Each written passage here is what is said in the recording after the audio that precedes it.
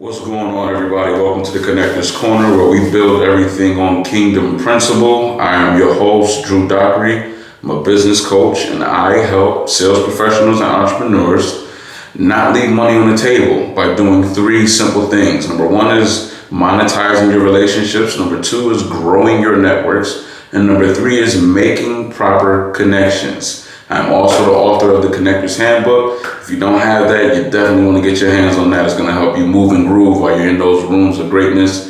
And hopefully, you'll be on your path to the $1 billion room experience. Today, we're going to talk about what are those simple three things, how they actually work, So we can give you some details on that. So the first thing we're going to talk about today, we're going to do it. Well, first off, we're going to do a series, right? It's going to be a series, 3 parts.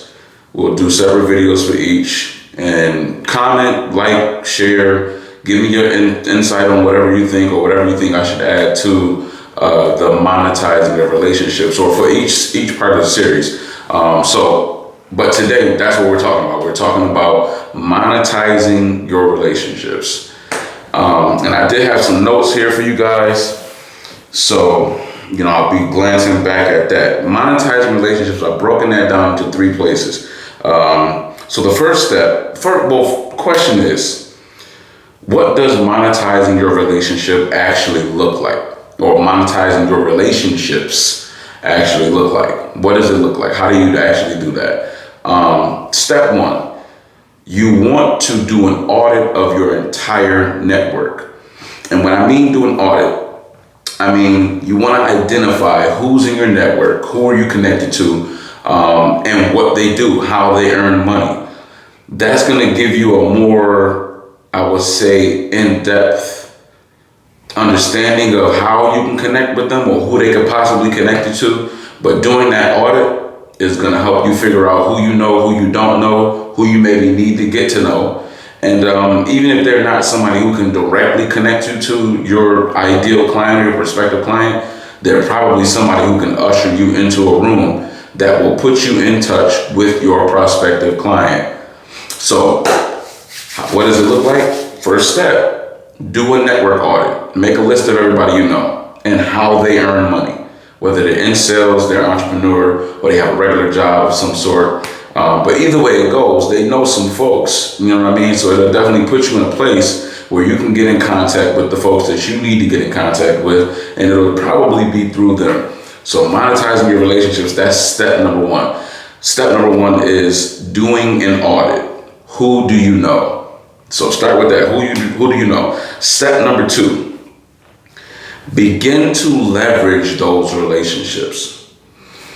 Leveraging those relationships is, like I said, this is going to sound bad, but you definitely want to use them to get to where you're trying to go, accomplish what you're trying to accomplish. You're going to have to use them. Not as in a way of like disrespectfully mistreating them or, doing something to discredit yourself, discredit them, or harming the relationship in any way. When I say leverage, I mean use them as a stepping stone as far as getting into their networks, getting directly connected with who they know.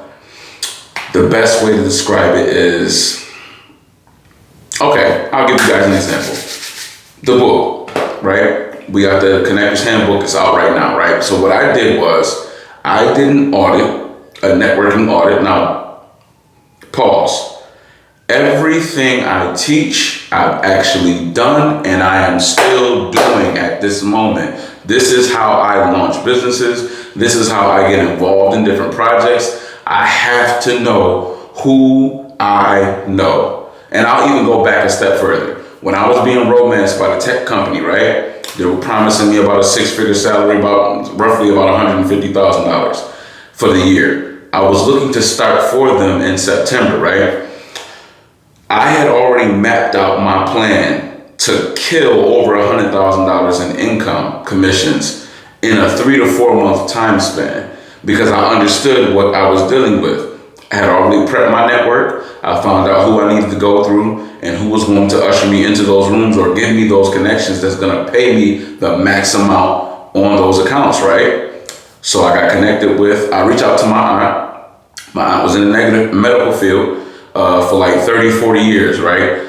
What she did was she reached out to her network. Again, leveraging the relationship, right? So because she has an understanding of who I am and what I do, she knows I'm working with the tech company now, prospectively, about to work with the tech company. So now she'll put me in touch with a person at her old job where she retired from, and he's in charge of what? All of the technology for the company. So their contract was up. They were prepared to get some new products in. And because of the tech company I was working with, I told them, hey, if we can talk or connect and I can show you what we have, it's a bunch of up-to-date stuff. I'm quite sure we can work something out. He seemed like, from our conversation, he was already sold based on her edifying me and getting me into that connection, getting me into that quote-unquote room, right? So I already knew I had a deal in. He was working with 2 different hospitals locally. He controlled for all of their technology as far as copiers and stuff like that. I was a shoo-in. I didn't have to worry about much of nothing other than making sure I got the position with the company.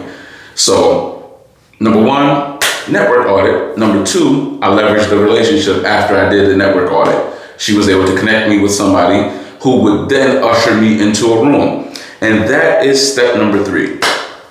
You let them usher you into a room. A lot of people have a hard time speaking well of other people, but that's the best way to make connections. If they're not speaking good of you, you might want to look at who you are as a person, check your character, check your integrity, different things that you've been involved in up until this point, especially when it comes to business. I know I've said that a while ago, but my business coach told me, when you get involved in business, right, you'll either pay for who you've been, or what the way you've lived up until this point prior to getting in business, and however that is will determine whether it's profitable or it's not profitable. And I want to stay on the profitable side. A lot of times I've seen people get in business, and because they're not, business credible to some degree, quote unquote, according to who their network is, or what their network is saying about them, that pretty much reflects how their business goes. So now they have to go through a whole process of revamping their entire network. I had to do it. This is something I had to do. I'm not the biggest business professional in Western New York. I am not the smartest dude ever. I'm not the most well-connected. I do have some key connections, but I'm not the most well-connected person that I know when it comes to building a business. So even when I decided to get into business 10, 20 years ago, I started to understand that my network was full of people my age. I needed to get some new folks in that sphere of influence. I needed to connect with some folks who were older than me, people who had more authority, more influence, more money to be able to grow a business. People I grew up in my network, as far as we grew up together, certain neighborhoods and stuff like that. So what I'm telling you is I had to totally go through and revamp most of my network. So the majority of my contacts on social media now, a good percentage of them in the beginning were friends, family, people I went to high school with, people I might have worked certain jobs with. But at a certain point, it got to a place where 80% or more of the people in my phone, they earned 6 figures or more, whether they were in traditional business or they had regular jobs or they were entrepreneurs. But either way it goes, the vast majority of my network were high 6-figure earners, if not multi-millionaires. So I had to revamp my entire network. Also, I had to give some value. I had to learn some things, get around some folks, work my ways into those rooms. And luckily, I made connections with people who were going to usher me into those rooms without having a problem. So you want to leverage the relationship. Yes. You want to first do the audit, then leverage the relationships. Yes. And then get ushered into the rooms that you can't get into now. See, the Connector's Handbook, and I hate, let me tell you this. I'm not in this for selling books, okay? I like, the book sales is cool, it's awesome. The book is for people to get a fundamental, surface level understanding of who I am, what I think like, and now we can have an advanced big business conversation from there on. That's the whole point of the book. The book is not for me to just become some published author who sold 1 million copies and, got all these different awards for writing a book. That would be cool. It would be nice to make some money from the book sales and stuff like that. Not really interested in it. It doesn't really bother me any. I would give the book away if I could. It costs me money to get it, so knowledge and wisdom and different experiences to build a skill should cost you some money too. I had to pay to learn those things. You should pay to learn those things too. And it's not just learning it from me. There's plenty of other books out there that you can go get. I recommend How to Win Friends and Influence People. I recommend The Magic of Believing. I recommend The Magic of Thinking Big. Think and Grow Rich is definitely one of the greats. But like I said, I build business on biblical principle. I build businesses on biblical principle. The Bible is definitely one of the top books ever written. Forget about the religious aspect. It's sold. It's one of the highest sold books ever. And it has so many stories, so many examples of how to build that skill and how to create that network. It's in there. It's a principle. He who wants friends or desires friends must first show himself friendly. That's a principle. And that's how you grow your network. My grandfather used to tell me, birds of a feather flock together, right? That's an old school saying, birds of a feather flock together. Well, if you know 5 millionaires or 5 six-figure earners, it's a good opportunity for you to be the 6th if you stick around them. That's who's in your network. That's why it's important to make sure that you're monetizing those relationships, not making sure that they actually pay you. That's part of it, and that would be cool if they pay you for whatever it is that you hold value for.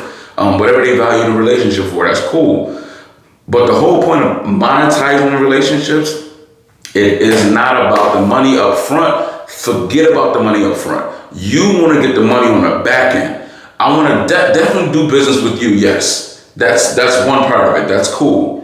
But if I could turn around and make $100,000 by working through you, it's a win-win situation. I will set you up, take you out on cruises. We will go out of town. I'll take you to Hawaii. We can do a whole lot of stuff. If you ushered me into some rooms and connected me to some folks that would definitely be beneficial as far as what I hold as value, who I am, and what I hold as value, if it's valuable to them and they're willing to pay me for it, hey, we can work together and get some things going. But having that network, creating that network, and actually connecting with those folks in that network is really what's going to make that whole process work. So you have to get this right. Monetizing your relationships is a must. I can't tell you how many times if I need something, I just deep dive into my network first. That's the first thing I do.